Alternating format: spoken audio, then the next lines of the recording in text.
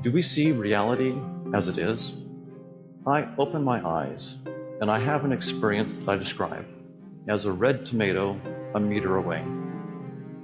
As a result, I come to believe that in reality, there's a red tomato a meter away. I then close my eyes and my experience changes to a gray field. But is it still the case that in reality, there's a red tomato a meter away? I think so. But could I be wrong? Could I be misinterpreting the nature of my perceptions? We have misinterpreted our perceptions before. We used to think the earth is flat because it looks that way. Pythagoras discovered that we were wrong. Then we thought that the earth is the unmoving center of the universe, again because it looks that way. Copernicus and Galileo discovered again that we were wrong. Galileo then wondered if we might be misinterpreting our experiences in other ways. He wrote, "I think that tastes, odors, colors, and so on reside in consciousness.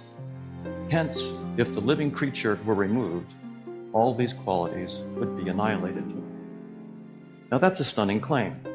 Donald Hoffman, a cognitive scientist and modern philosopher, profound insights into the nature of reality have sparked deep exploration into our understanding of consciousness and reality.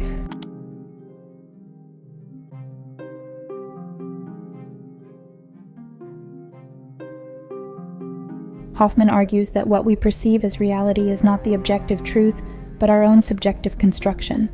This perspective challenged the conventional view of reality as a static, unchangeable fact. We, like all organisms, are evolving to shape our perceptions based on survival and reproductive fitness, similar to how a computer's desktop interface simplifies the complexity of the computer's reality. Our brains interpret and construct information about the world around us, ultimately creating our own unique reality. Applying Hoffman's interface theory to our daily lives might provide a new lens to see the world and a deep sense of humility in recognizing our limited perception.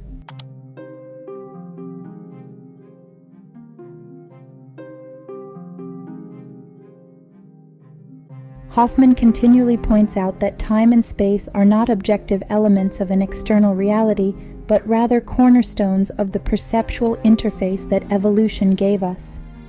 Time and space, therefore, are specific to one's perception and might not reflect the ultimate nature of reality. Modern society always chases time and manipulates space, but through Hoffman's vista, we're reminded to experience them as conditional constructs, not as absolute units.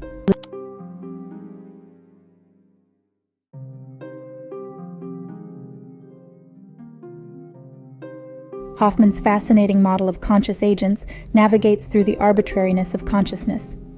Contrasting to the mainstream belief that consciousness emerges from complex computation among brain neurons, Hoffman argues that it is fundamental to reality. Each conscious agent experiences, makes decisions, and can spawn new agents. As more agents interact, complex networks form, arguing that that's what we're perceiving as reality. This perspective illumines the great importance on our individual and collective consciousness, influencing how we interact with others and the world.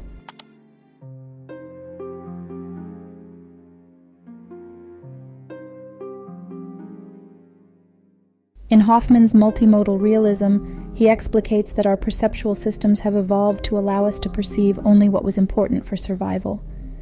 We are not passive receptors of the world. Instead, we actively select, interpret, and construct reality.